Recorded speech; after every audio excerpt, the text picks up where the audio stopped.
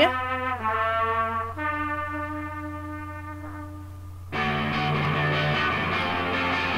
Can't hear you from the integrated webcam, but it's always good to not bad things.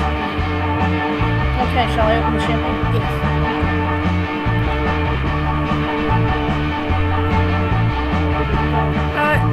It's in the fridge.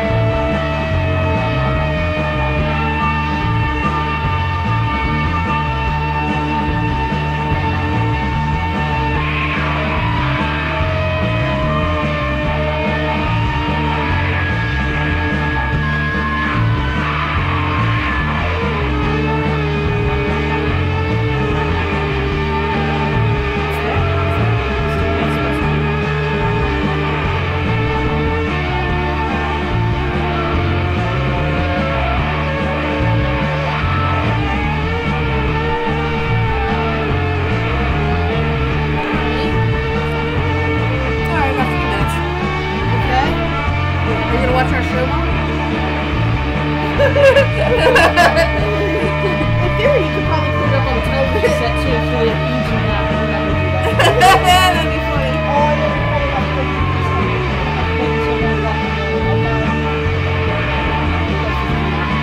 She usually goes at midnight, so she doesn't. You should have done it. Okay, they were fun.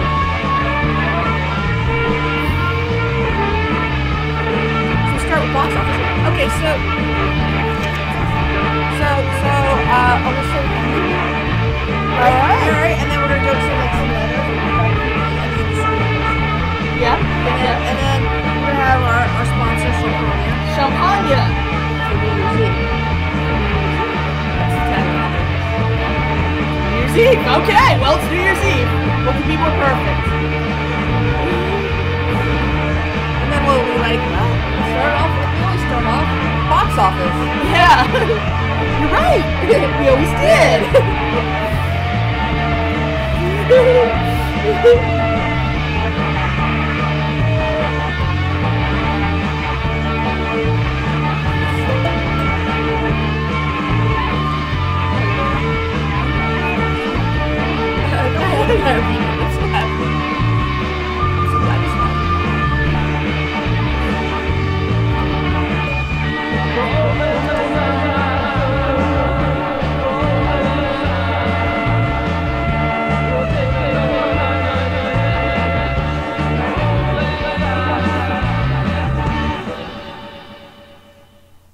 That's so cool. Yeah. It's gonna restart. We got 1 minute. Oh, excellent. Well, the trumpet's gonna kick in.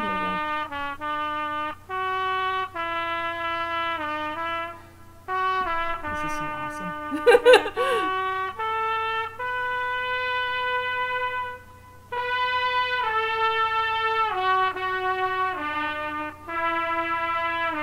Get ready to go live. Yes.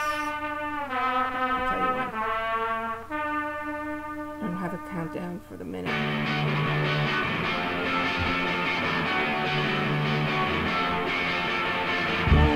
So it's recording now.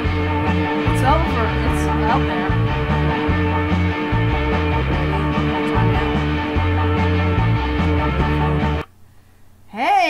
Hey, Rosalind, can you believe it? It's New Year's Eve. I know, this is great. Oh, let me just do a little adjustment.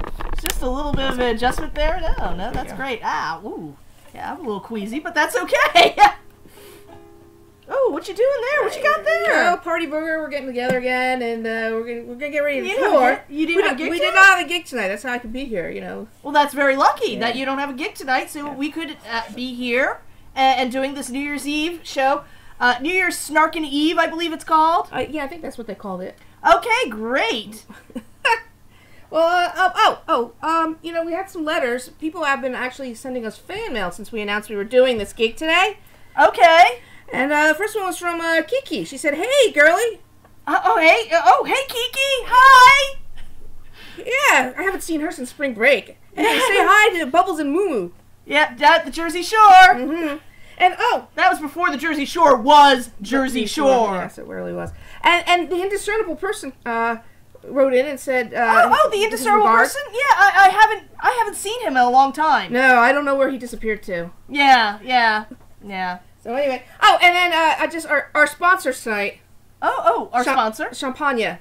Champagne. Because it's New Year's Eve. Okay. That's the tagline they gave us. Okay, Champagne. Yeah, because it's New Year's Eve. Well, it is New Year's Eve. But yeah. I Yeah. mean, I think they could have been a little snappier on. Yeah. Well, you know, nobody's perfect. No, I guess not. Just saying. All right, so I think we should start off the way we always started off, with box office. That's excellent. All right, let's get to it. I hope Paul DeGarabine's in the story. I believe he may be. Let's see. All right. Sorry, Batman. So close, yet so far away. Star-Lord, and better next time, Captain Jack Sparrow. Rather, the three most popular movies at theaters in the United States and Canada in 2017, Star Wars The Last Jedi, Beauty and the Beast, and Wonder Woman. Ooh. They were each driven by female characters, something that has not happened in the last 37 years, as far back as full box office data has been available. The top comedy of the year, Girls Trip, was also anchored by women as the top film to play in limited release, Lady Bird. Yes, women truly emerged as the giants of cinema this year, said Paul the Garabedian. I love Paul the Garabedian. I've missed Paul so much. Yes. A senior ComScore analyst. He got a new job apparently because he was at a couple different places. Yeah. Anyway, adding Oscar contenders like The Shape of Water, The Post, and I, Tonya to the list. The Post, starring Meryl Streep, as a newspaper publisher coming into her own, has only been playing for 10 days in 3 cities, but has already taken in about $2 million, a strong total that bodes well for its January 12th wide release.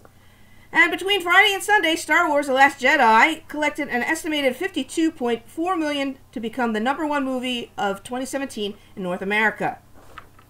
Wow. Well, that's not bad. Well, I'm glad to see that people would be okay with having a female Jedi versus going to the dark side. Well, that's just true. You know, and the thing of it is, it's like what a difference a year makes, because a year ago, people were all like up in arms about Ghostbusters Gone Girly. Yeah, we did a snark bite on that. The fear of Ghostbusters, not the fear of ghosts, but of Ghostbusters going to the gals.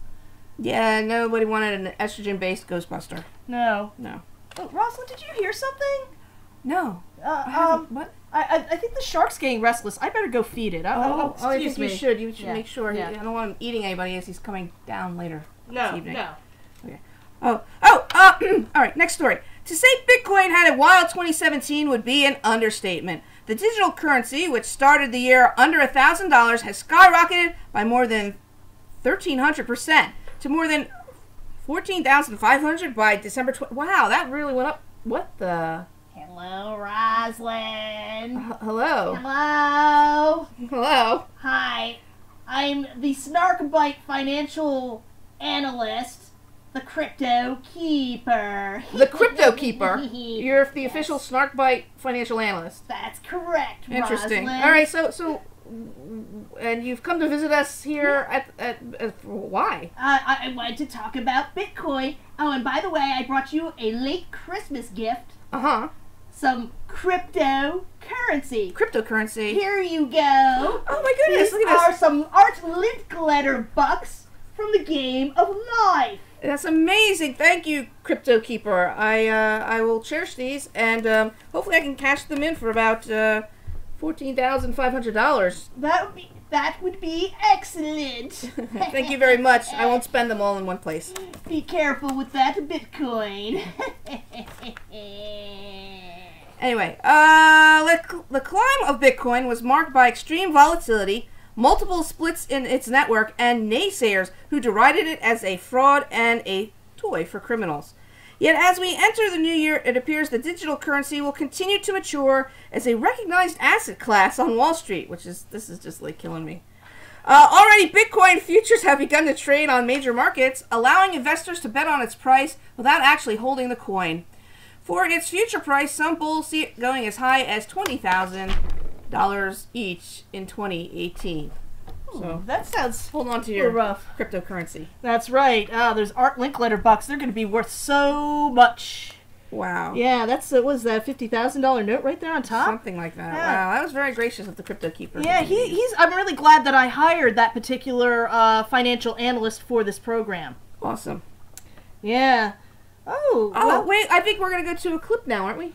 Are we going to go to a clip? Oh, yes, because there's another scandalous something or other that happened. That was a big story this year. It was a big story, and here's the story that we... we determined it was a big story. Yeah. I don't think other people may have thought it was that big. Probably not. But we liked it. But, yep, here, let's here's the report that we filed. Yeah. Snarkbite! I'm Roz Davis. I'm Victoria Davis, and this is your Snarkbite.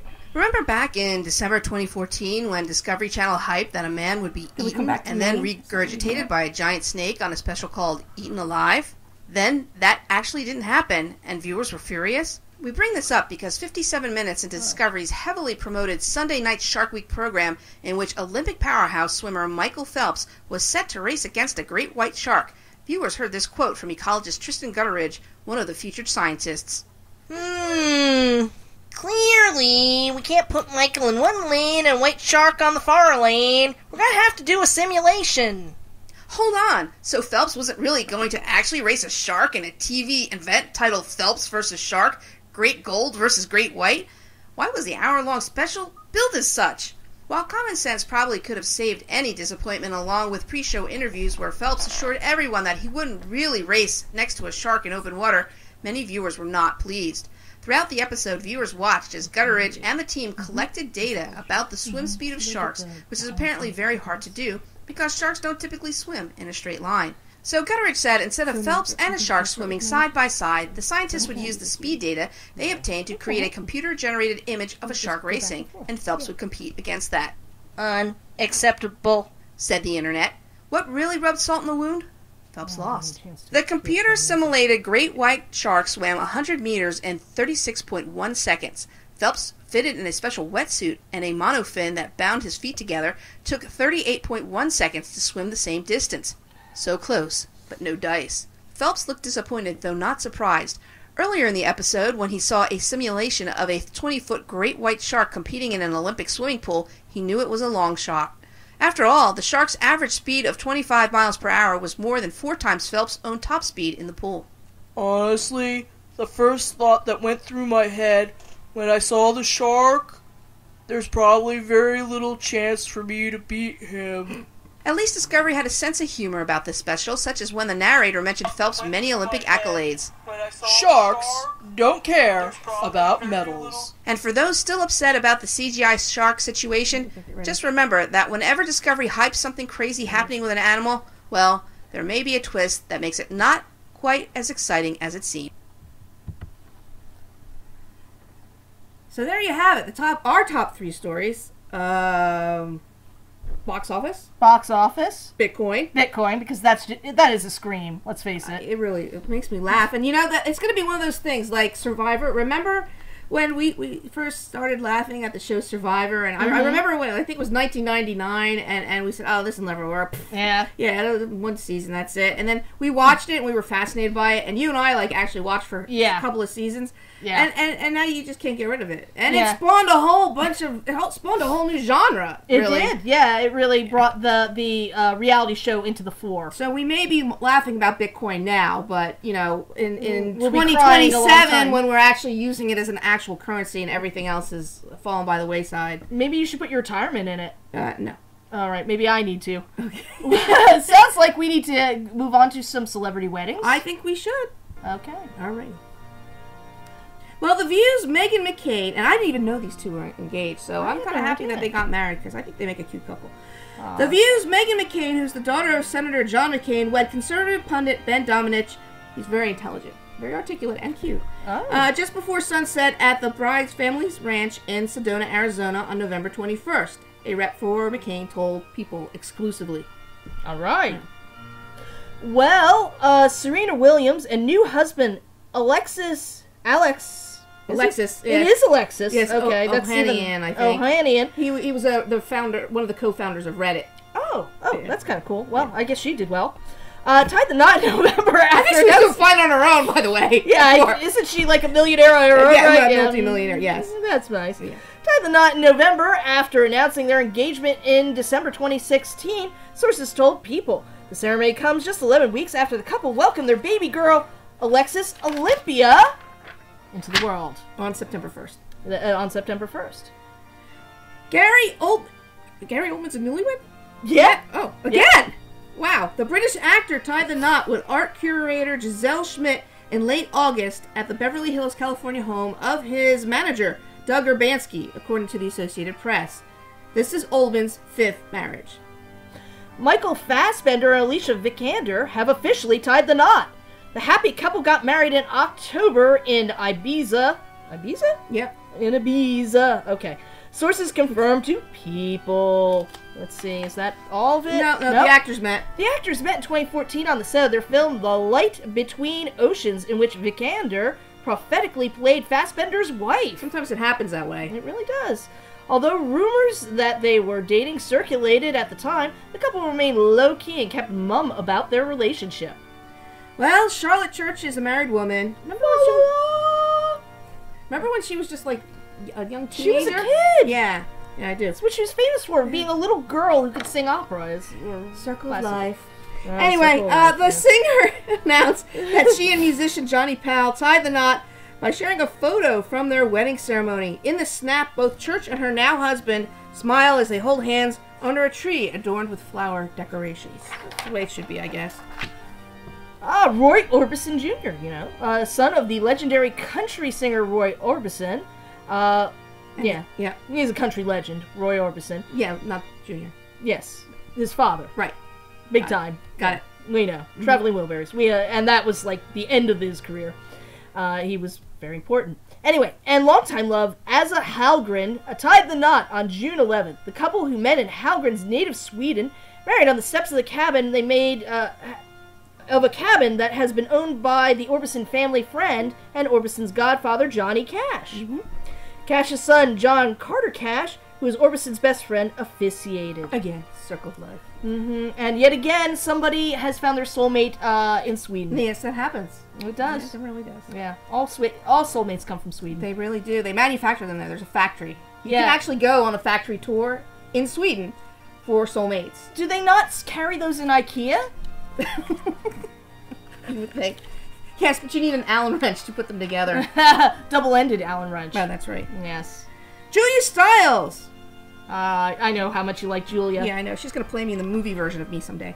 Julia Stiles just went on one last trip before becoming a mom down the aisle. The actress confirmed that she and fiancé Cook tied the knot on Instagram in late September. Confirming the marriage to E! News, the Stiles rep shared that the couple had said "I do" in an intimate beach ceremony with two friends in Seattle, Washington over the Labor Day weekend. Actress Stephanie Marsh, formerly of Law & Order SVU, married tech investor Dan Benton on September 1st at their home in New York, surrounded by family and close friends. Well, congratulations to her. And she finally got rid of that cheater. Bobby Flay. Bobby Flay. Yeah. Flays for grilling. That's still one of my favorite snark bites today. Yeah, you check it out sometime, folks. Yeah, that's out there on the YouTube. Yeah, on this channel. Russell Brand, oh my goodness, said "I do." Talk about your hot mess. Said "I do" to longtime partner Laura Gallagher in an intimate ceremony in England near the couple's residence in Henley-on-Thames in Oxon on August 26th. After the vows were read, Gallagher and Brand treated their guests to an Indian-themed reception. The two are parents to a 9-month-old daughter, reportedly named Mabel. Like, people really can't confirm that. It's reportedly. Well, everybody remembers Russell Brand was married to Katy Perry at one point, right? Yeah. And there was an elephant Briefly. and a proposal, and it went really bad really quickly. Yeah. Peter Murgatroyd, stunned at her wedding to Maxim Shamirkovsky in a princess-like Karen Sabag couture ball gown and heels she bought during her first trip to her fiancé's native Ukraine. You know, I wish I could have attended that wedding, only because it was at the Ohika Castle in Long Island. Yeah, that place looks beautiful. I know. If people don't know, if you watched Royal Pains, that was one of the locations where they shot at Ohika. Yep. Ohika Castle. Oh, and Long Last. Oh, and finally, Julianne Hough and Brooks Leach. Is that how you? I think so. Wasn't he some sports guy? I think he's a Canadian hockey player. Yeah, that's it. Tied the knot on July 8th in Lake Coeur d'Alene, Idaho, surrounded by more than 200 family and friends. So finally, you know, that was like that celebration. Did she have like shower after wedding shower and bachelorette parties? It was all over sailing around, and it felt like it was years that she was taking to get married, and then she did. And then all of a sudden she's married. Like, okay, we'll see what happens when she gets divorced next year. Okay, well maybe she'll have like a divorce tour as well. I bet you next year at this time we will be reading her on our breakups list. Yes. Well, looks like it's time for some celebrity breakups, eh? I'm just checking our time frame here. Okay. Okay. Yeah. Don't want to miss midnight. That would really stink. That would not be good. All right. Breakups. It's always sad when you break up, but breaking up is hard to do, Rosalind. Why don't you do the first one then? Okay. Well, the Grey's Anatomy star Evan McKidd and his wife Jane Parker have finalized their divorce after separating in October of 2015. The couple who have been married for 17 years will share joint legal custody of their 2 kids together. And I don't know why in the next one they didn't know ahead of time, because you would think she would have seen it coming. Yeah, she would have seen it coming. In a joint statement to People, the Long Island Medium's star said, after 28 years of marriage, Teresa Caputo and her husband Harry had decided to legally separate. They will always love each other and their 2 wonderful children. They are united in supporting each other and their family. Please respect their privacy at this time. So again, Long Island medium, you think somebody would, like, informed her that somewhere down the road this would be happening. But I guess not. Jennifer Lawrence and Darren Aronofsky? Aronofsky or something like that. Yeah. Aronofsky. He's a director. He's a director. Very famous one, actually. Oh, okay. Yeah. I never paid attention to directors. So when this apparently Jennifer Lawrence did. Apparently. When this event is over, read the credits, because I actually wrote the credits, and I'm not even sure what's in there because I didn't read them. The mother of all relationships is over. Lawrence and director Aronofsky split up just before Thanksgiving after over 1 year of dating, people confirm. The two began seeing each other in September shortly after wrapping up Mother, and their relationship continued to blossom despite their 22-year age difference. That's a huge difference. How do you really overcome that? It is. That's huge. There's a lot of people out there that... Anyway. That's more than May, December. What would you call that? That's like January. January February? of next year. Yeah. Jennifer Hudson and her, were they ever married? David Otunga? No, I don't think they married. No, he was a boyfriend. After nearly a decade together, a rep for Hudson announced the couple's decision to split in a November 2017 statement to People. They have been in the process of ending their relationship for a number of months, the statement read. Today, Jennifer requested and received a protective order against her ex-fiancé. 45-year-old Grammy Award-winning singer Jill Scott has filed for divorce, according to TMZ. Court papers say that Scott cited irreconcilable differences. Scott and her husband, Mike Dobson, wed to the surprise of many in June 2016. That was not that long ago. Yeah. Well, sadly, get out your hankies, because you may already know this, because we already know this, but Selena Gomez and The Weeknd split up after 10 months of linking up.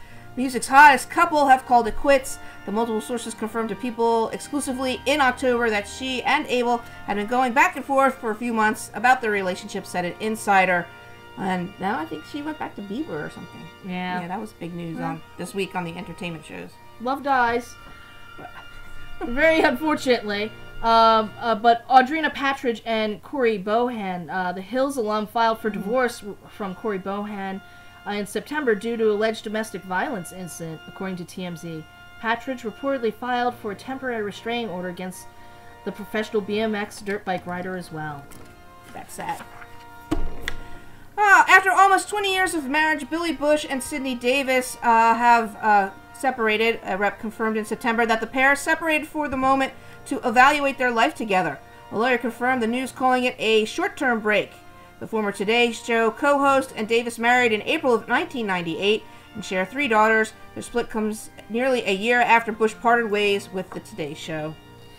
Fergie and Josh Duhamel. Yeah, there's two people I just don't respect all that much. I don't understand why. Oh, okay. Well, he's just an actor. All right. Yeah, all right. I mean, lots of people liked her in the Black Eyed Peas. I don't know. I didn't care for her.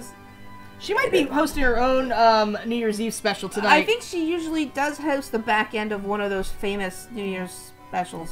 Yeah, I can't remember the name. After 8 years of marriage, Fergie and Josh Duhamel, it was 8 years? Wow. Yeah, it was a long time. Are going their separate ways, they confirmed to People exclusively in September. Sadly, this one, like, I was shocked when this actually happened, because I thought that they were tight and they were going to last a lot longer than this. After 8 years of marriage, Chris Pratt and Anna Faris announced on social media that they were legally separating. Anna and I are sad to announce we are legally separated. We tried hard for a long time. We're really disappointed, the couple shared with their followers back on August 6th. And finally...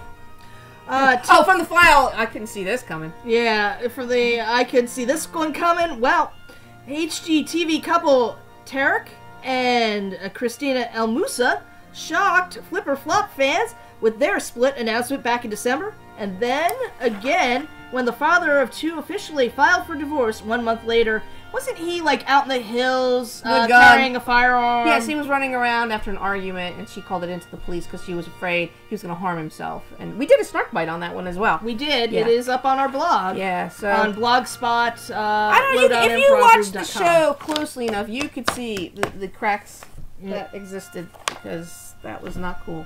That's true. So, we're up to the In Memoriam piece. So, switch out the music there. Let's put on this, because I think this sets a good mood for it. Okay. So, you go first. Why, thank you, Rosalind. Tom Petty, the beloved singer, songwriter, and guitarist who performed with the Heartbreakers, died on October 2nd at the age of 66 in Los Angeles after suffering a cardiac arrest. Petty, who hailed from Florida and came to prominence in California in the 1970s, was inducted into the Rock and Roll Hall of Fame in 2002 and won 3 Grammys. That's sad. It was really a sad loss and a sudden one. Yes. Mary Tyler Moore, and the Emmy-winning and Tony-winning actress who became a TV icon of women's liberation, died on January 25th at the age of 80. Moore had diabetes and underwent surgery for a tumor in 2011. Starred as Laura Petrie opposite Dick Van Dyke on The Dick Van Dyke Show, and went on to front the Mary Tyler Moore Show in the 1970s, playing news producer Mary Richards, one of the first single working women to lead a show. Singer-songwriter Maggie Roach, local gal, 1/3 of the band The Roaches died of breast cancer on January 21st. She was 65. Roach, who grew up in Park Ridge, started the folk pop band with her sisters Terry and Suzy in 1973 and released music from the 1970s through the 2000s. Their debut album, The Roaches, came out in 1979. The same year, they were musical guests on Saturday Night Live. One song written by Maggie, The Married Men, which was included on the group's album, became a hit for Phoebe Snow, who performed the song on SNL with Lindsay Ronstadt. That's a sad loss, too. It is. All loss is sad. Yes. And finally, one that also breaks my heart. Singer Chris Cornell died by suicide on May 18th at the age of 52. Cornell, lead singer of the bands Soundgarden and Temple of the Dog, and a powerful multi-octave voice in the time of grunge, killed himself by hanging after a May 17th Soundgarden performance while on tour in Detroit. Cornell was born Christopher John Boyle, also performed as a solo artist and with the supergroup Audioslave. Soundgarden's biggest 90s hits include the songs Rusty Cage, Black Hole Sun, and Spoon Man. Other people we lost this year include... And none of them are any less important. Those are just the ones we could fit in. Aaron Moran. Greg Allman. Rose Marie. Heather Mendes Burke. David Cassidy. Della Reese. Earl Hyman. Malcolm Young. Roy Halladay. Robert Guillaume. Fats Domino. Hugh Hefner. Chuck Berry. Harry Dean Stanton. Jerry Lewis. Jim Nabors. Frank Vincent. Pat D'Annunzio. Chuck Barris. Bill Paxton. Monty Hall. John Hillerman. Jay Thomas. Glenn Campbell. Sam Shepard. Martin Landau. Adam West. Liz Smith. His Honor Judge Joseph Wapner. Don Rickles. Joni Sledge. Lola Albright. Richard Hatch from Battlestar Galactica. Al Jarreau. Miguel Ferrar. Chester Bennington. Stephen First. John Alvidson. Glenn Headley. And Gabe Pressman. So now we move on to babies. Ooh, babies. Let me see if we've got some music for babies. We do. How about that? Well, making it look bad for us women over 50. Yeah. 50-year-old Janet Jackson. Yeah, thanks, Janet Jackson. Thanks, Janet Jackson. Yeah, thanks for I raising thought the I was bar. off the hook. I thought I was almost off the hook. No, you're not. Thanks, Janet Thanks. Jackson, for moving that bar. Yeah. Until next year when, some 60-year-old woman has a baby, then we're going to be like, no. Well, anyway, Janet Jackson and her estranged partner, Wissam Almanam, welcomed his son Issa on January 3rd. And today's show, Hoda Kotb, also adopted Haley Joy. Oh, well, that's nice. Like we've heard plenty about that. But anyway, go ahead. Yeah, Ryan Lochte and Kaylee Ray Reid welcomed son Caden Zenion. I don't know how to pronounce that. On June 8th. Go figure. Beyonce and Jay-Z had twins, as if you didn't know, and their names are Sir and Rumi, marking the first time in history a woman has given birth. Yes. Mindy Kaling. I wrote that line. Yes, you did. Thank you. Mindy Kaling, of the Mindy Project star, welcomed her first child, a baby girl named Catherine Kaling, on December 15th. Nice name. Yeah, it is nice. James Corden and Julia Carey, the late-night host, and his wife, welcomed their third child, a girl, on December 12th. Julia Stiles and Preston Cook welcomed their first child on October 20th. Strummer Newcomb Cook, born on October 20th, 2017. Topher Grace and his wife, Ashley Hinshaw, welcomed their first child on November 1st, a baby girl named Mabel Jane Grace. Serena Williams and Alexis Ohanian, the tennis champion and her fiancé, welcomed their first child, a baby girl. Hannah and Derek Jeter, the MLB great, and his wife, welcomed their first child, Bella Rain, her baby girl, on August 17th. Zooey Deschanel and Jacob Pachenik, the new girl star, and her husband welcomed their second child, a boy named Charlie Wolf, in the spring of 2017. Jimmy Kimmel and Molly McInerney, the late-night host, and his wife welcomed their second child together, William Billy Kimmel, on April 21st. I believe he had some health problems, too, which I think they were working through. Yeah, very sad. Bradley Cooper and Irina Shayk, the Oscar-nominated actor, is Victoria's Secret model girlfriend. Oh, yeah. Well, somebody's got to date them, right? Yeah. Why not Bradley Cooper? Reportedly welcomed their first child together. Doctor Strange star Benedict Cumberbatch and his wife Sophie Hunter welcomed their second child on March 3rd. All right, that's not strange. Gal Gadot and Yaron Visano welcomed their second child, a baby girl named Maya. Maya? On Monday. Maya. Maya. That's it is Maya. Yeah, that's different from our dog's name, right. Of course. On Monday, Maya joined her 5-year-old sister, Alma. Natalie Portman and Benjamin Millepied, the Oscar-winning actress, and her choreographer husband welcomed their second child, a daughter named Amelia, on February 22nd. And finally, Tori Spelling and Dean McDermott welcomed their 5th child with hubby Dean McDermott on March 2nd, a baby boy named Bo. Is there another one down there? Oh, yeah, the big one. The mother of all births how could I year. forget? Yes. Okay. George and Amal Clooney, the couple became first-time parents by welcoming twins on June 6th, a girl named Ella and a boy named Alexander. Marking the second time a woman, in the history of the world, a woman has given birth. Yes. Exactly. Amazing how they were immaculately conceived.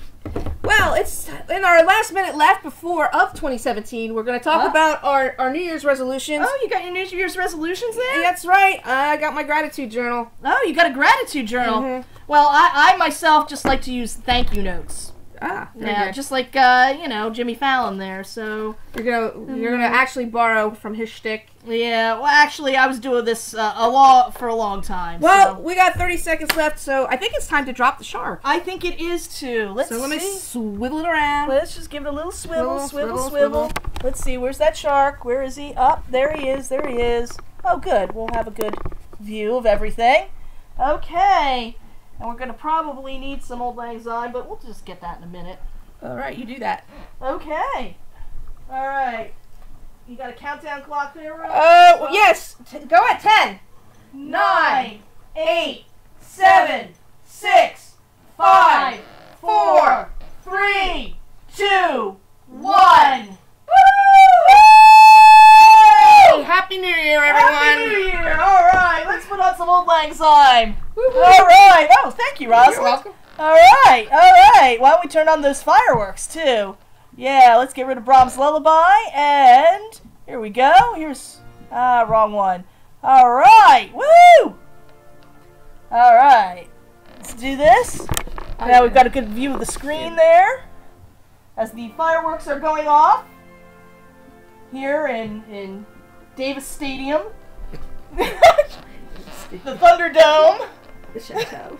The Chateau. Oh, it was the Sandbrook Springs Chateau. Perhaps I should get rid of this light over here and not blanch the screen so much. There you go. There you go. That makes the fireworks all the more enjoyable. I really like the fireworks. They're much more fun and festive live, I think. Yes. Yeah. Yes. Well, there you have it.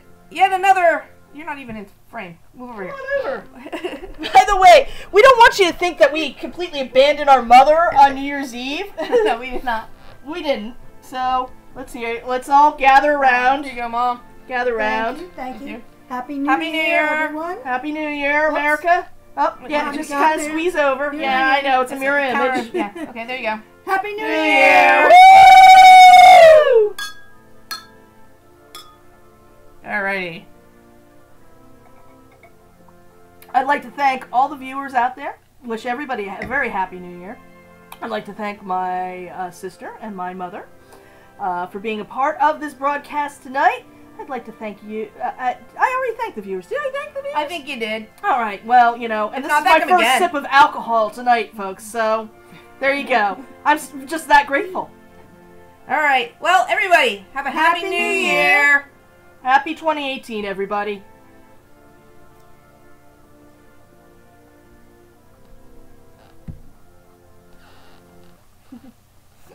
Use your credit. Alright, let me get it. Oh, we gotta get Facebook. Yeah, here, I'll wave goodnight on this one too. Look at everything's around.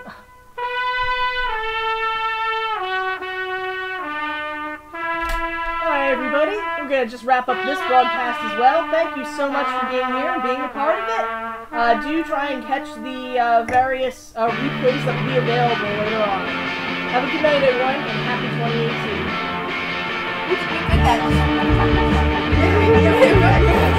That's why I stretched in the middle. You saw me stretch. I stretching.